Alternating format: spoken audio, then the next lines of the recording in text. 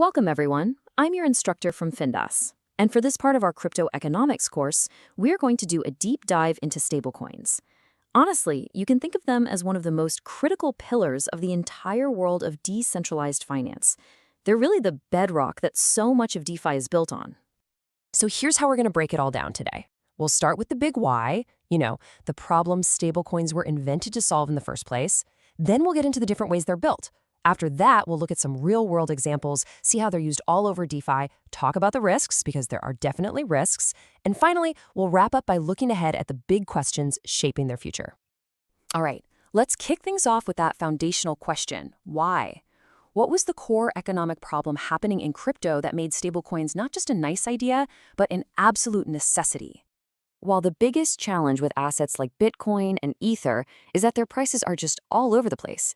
I mean, imagine trying to run a business when the money you're using could be worth 10 or even 20% less by the end of the day. That kind of volatility might be exciting for speculators, but it makes these assets pretty terrible for the everyday functions of money, like, buying things or pricing goods and services. And that's where stablecoins come in. They're a special class of digital asset that's specifically engineered to cut down on all that price volatility. How? By pegging its value to something else, something more stable, usually the US dollar. Think of it as a calm anchor in the middle of a very stormy crypto sea. It just makes a whole lot of other financial activity possible. So the million-dollar question is, how do they actually achieve that stability? Let's break down the three main ways these pegs are built. Each one has its own mechanics, and as you'll see, each one comes with its own unique set of trade-offs between things like trust, decentralization, and just how efficient they are. The first model is probably the easiest to wrap your head around. It's the fiat-backed or off-chain collateralized stablecoin. The idea here is super simple. For every one token that exists on the blockchain, there's one US dollar, or something very similar like a T-bill, sitting in a real-world bank account held by a central company. This diagram shows you exactly how that works. You've got a centralized company, think Circle or Tether, that acts as the custodian. They take in US dollars from big partners, and in exchange, they mint the exact same amount of digital tokens on a blockchain. So each token is basically just a digital IOU, a claim on the real dollars held in reserve. The trade-off here is crystal clear. You get fantastic price stability and lots of liquidity because it's all backed by real money. But you're sacrificing that core crypto ideal of decentralization. You have to trust a single company to manage those reserves properly, and you're exposed to all the risks that come with that, like censorship or a government crackdown. It's a classic single point of failure. Now, to get around that centralization problem, a second design popped up: the crypto-collateralized stablecoin. This approach tries to build stability in a trust-minimized way. Instead of a company and a bank account, it uses other crypto assets as collateral, with the whole system running transparently on smart contracts. This diagram shows you the life cycle, and MakerDAO's DAI stablecoin is the perfect example. So a borrower locks up a volatile asset, say Ether, into a smart contract. But to protect against price swings, they have to over-collateralize, meaning they have to lock up way more value than the stablecoins they want to mint. If the value of their collateral drops too low, the system automatically sells it off to make sure the DAI in circulation is always fully backed. So this design is great because it's decentralized and totally transparent. Anyone can check the collateral on the blockchain anytime they want. But that comes at a cost. It's not very capital efficient because of that over-collateralization, and it introduces new risks tied to the volatility of crypto itself, like the danger of massive liquidations during a market crash. Okay, the third category is definitely the most experimental, and you could say the most ambitious. These are the algorithmic and hybrid stablecoins. They try to hold their peg by automatically adjusting the token supply, often with only a fraction of the collateral, all in the name of being more capital efficient and scalable. The Frax stablecoin is a really good example of a hybrid model. As you can see here, to create one Frax, you deposit a mix of things. Some of it is a stable collateral, like USDC, and the rest is the protocol's own governance token. The system is always tweaking that ratio based on market demand to keep the price right at $1. The big selling point here is capital efficiency. You don't need a full dollar in the bank for every token out there. The problem? Well, these systems are really complex, and they've proven to be pretty fragile. They depend almost entirely on market confidence. If that confidence disappears, they can fall into what's called a death spiral, where panic selling leads to a total collapse. And we all saw that happen with Terra USD. All right, that's the theory. Now let's get practical and look at how some of these protocols work in the real world. We're going to examine the mechanics of three big ones: DAI for the crypto-collateralized model, Frax for the hybrid model, and a newer one called Athena, which is doing something totally different. Let's start with DAI, the granddaddy of decentralized stablecoins.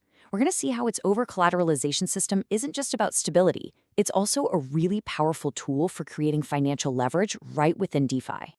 This is a question I get all the time. Why on earth would you lock up, say, $150 of your Ether just to borrow $100 worth of DAI? It sounds a bit crazy, right? But the answer is all about what you can do with that borrowed money. It gives you cash to use without having to sell your assets. Or, and this is very common, it lets you create a leveraged long position on your collateral, all without a bank or a broker. To make sure the whole system doesn't collapse, the protocol forces you to maintain a minimum collateralization ratio, often 150% or even higher. This extra collateral is a safety buffer. It gives the system some breathing room if the price of your collateral starts to drop, ensuring there's enough time to liquidate the position before it's underwater. It's what protects everyone who holds DAI. And this graph here shows how people create that leverage. It's a cycle. You lock up ETH, mint DAI, use that DAI to buy more ETH, deposit that new ETH back into the system to mint even more DAI, and you just keep repeating it. Each loop increases your exposure to ETH, which is great if the price goes up, but it also massively increases your risk of getting liquidated if the price goes down. Next up, let's look at Frax, the protocol that really pioneered this hybrid model. It's in a constant balancing act, mixing hard collateral with algorithmic tweaks in a really dynamic system. The goal is to hold that peg while being as capital efficient as possible. The secret sauce here is its dynamic collateral ratio. The smart contracts are always watching the market price of Frax. If Frax is trading above $1, that's a sign of high confidence, so the protocol lowers the collateral ratio. That means you need less hard collateral to create new Frax. But if it trades below $1, the system increases the ratio to boost confidence and strengthen the peg. This two-token system is really the key to how it all works. You have the Frax Shares token, or FXS, which is the volatile counterpart to the stable Frax. You can almost think of FXS as the system's shock absorber. It's designed to soak up all the market volatility and collect fees from the protocol, which in turn allows the Frax stablecoin to stay, well, stable. All right, our final case study, Athena, is on the cutting edge of stablecoin design.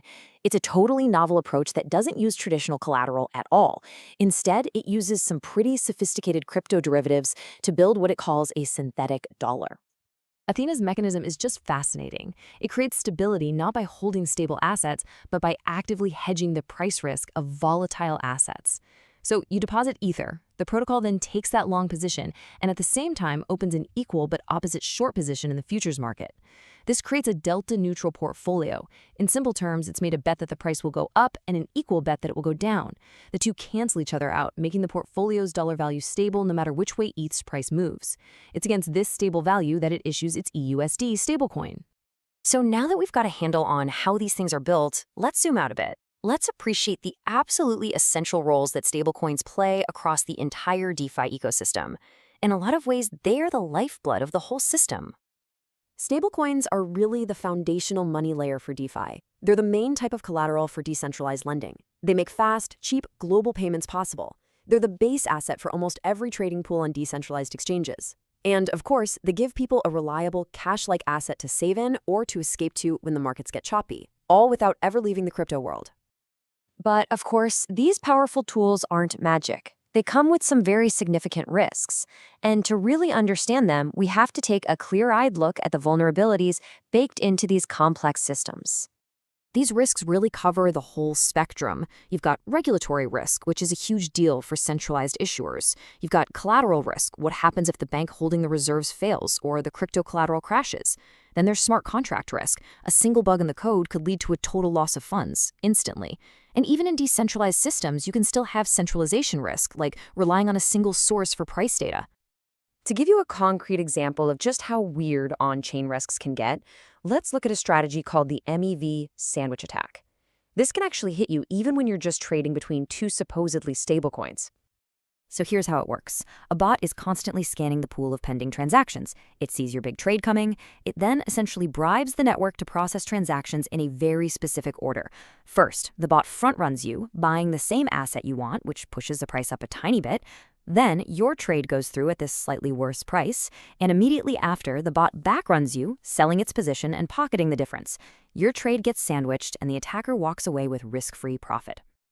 So to wrap this all up, let's look to the future. The world of stablecoins is still very much a work in progress, and there are some huge economic and technical questions that are going to define where they go over the next 10 years.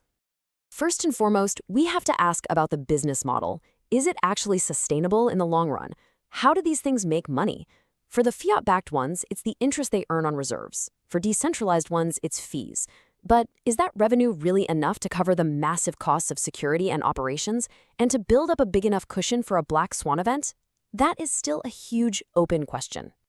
And secondly, after seeing some truly spectacular failures, you have to ask, is it even worth it to keep chasing these purely algorithmic designs?